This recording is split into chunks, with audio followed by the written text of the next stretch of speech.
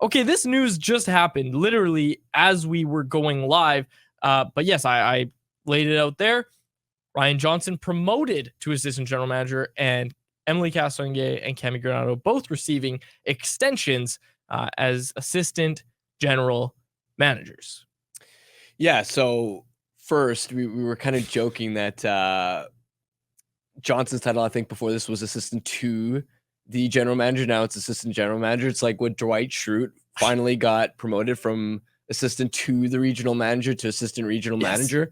But no, in all seriousness, Ryan Johnson has proven something with this regime with results that I don't think was quite prevalent with the Jim Benning regime. And what I mean by that is, in my interactions with RJ and speaking to people sort of around the organization, they've always held him in really high regard. I've always thought of him as a pretty sharp evaluator, the work that he's done in Abbotsford.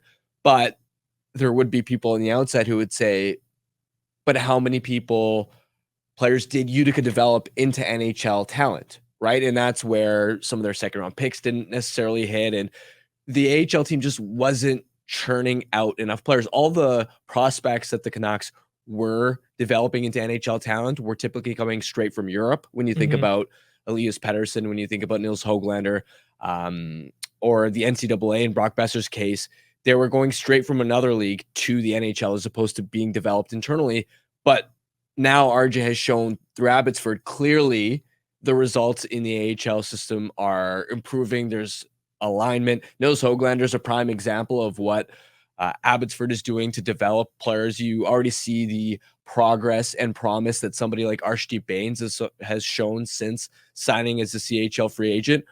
We now think about the way we talk about Abbotsford now. Yes. Compared to the way we used to talk about Utica in, let's say, 2019. Yep. Right? It's a night and day difference. And I think that's a testament of RJ under this regime being able to start to implement some changes and get things rolling in the right direction. So it's well deserved. Something that I think is notable is if you go back and look at the staff that were on the Canucks staff in management for the last regime and carry it over to this one, that's a very short list, right? It's a very short list. And we have heard glowingly from the last regime and this regime about the work that RJ's done. You talk to players, and man, every time we talk to an Abbotsford player, it feels like Ryan Johnson gets brought up, and these guys absolutely love Ryan Johnson. Ryan Johnson is a great resource for them. He was a great resource when he was just in the role of director of player development. Like, he was a great resource back then, but now he's kind of, taken that elevated role, and the fact that he's done so well in that role, look, yeah, well-deserved promotion. I don't know why they couldn't have just named him AGM at first. Assistant to the general manager. I got to figure out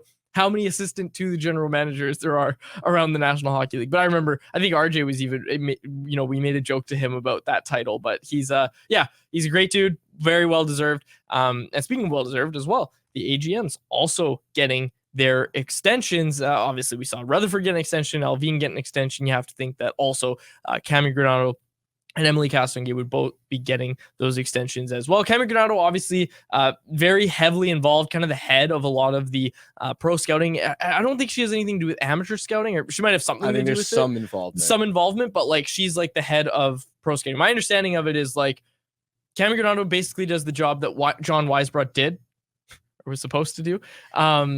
And Émilie Castonguay obviously runs the cap, as we all know, and she, is kind of, point on all of those contracts that we see signed. So yeah, well deserved for all of them, really, getting those extensions, and for RJ getting that promotion.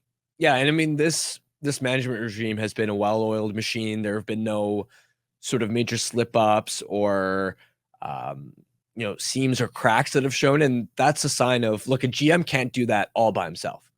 That's a sign of your AGMs are doing their job, they're handling their responsibilities, because running day-to-day operations as an NHL franchise, understanding the CBA in and out, dealing with injuries, cap gymnastics, LTIR, transactions, waivers, like everything that's involved with the day-to-day requires a well-functioning front office. And that's clearly what the Canucks finally have.